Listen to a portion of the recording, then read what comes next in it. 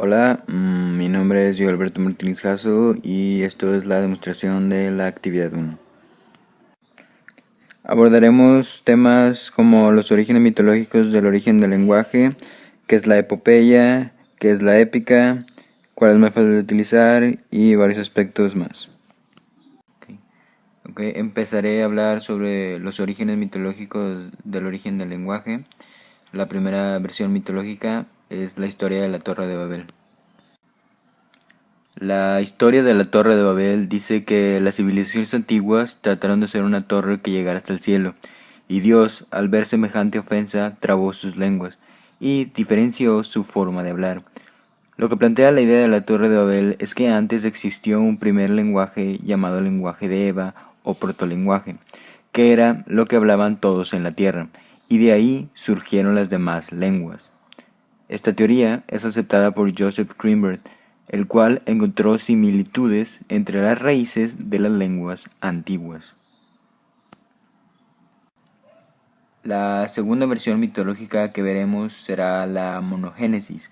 La monogénesis fue la teoría propuesta en el siglo XVIII por el italiano Alfredo Trombetti, y cuyo planteamiento básico es que los seres humanos hablamos la misma lengua hace millones de años, más precisamente en la Edad de Piedra.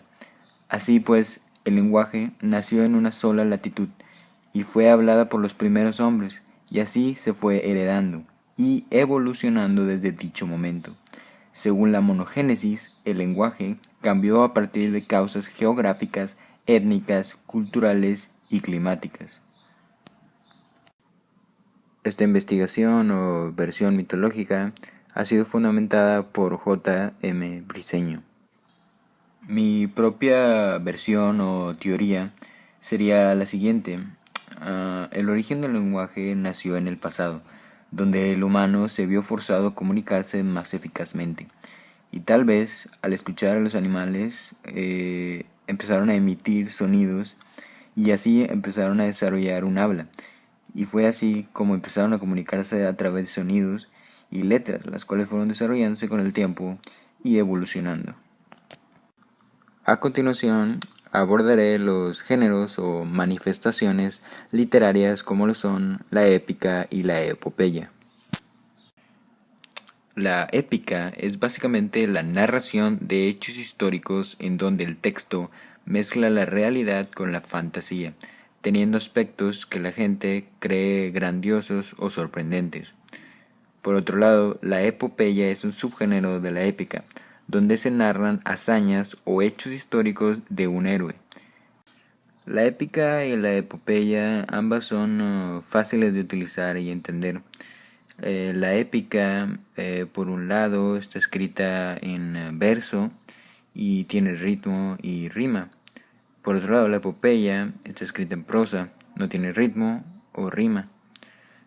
Personalmente creo que ambas son fáciles, pero si tuviera que escoger alguna, sería la epopeya, ya que está escrita en prosa, es decir, está escrita continua y pues no tiene ritmo, no tiene rima, lo cual hace mucho más fácil de utilizar que lo que sería la épica, ya que esta contiene verso, lo cual a veces rima y tiene ritmo, lo cual podría ser un poco más difícil. Definitivamente, antes de entrar a este tema de la épica, antes se le da un diferente significado a este concepto, coloquialmente. Después de haber abordado estos temas y específicamente este concepto, puedo aplicar este conocimiento en la vida cotidiana al ya no pensar la épica como algo sorprendentemente grandioso, sino más que eso una manifestación literaria.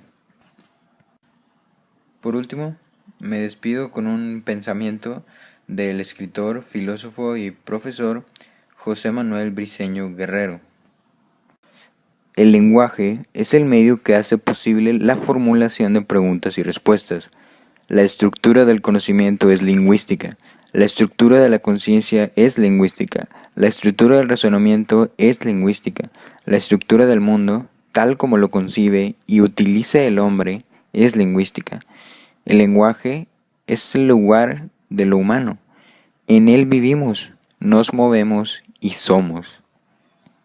Como conclusión final, puedo decir que el origen del lenguaje es uno de los enigmas que el ser humano nunca ha entendido completamente.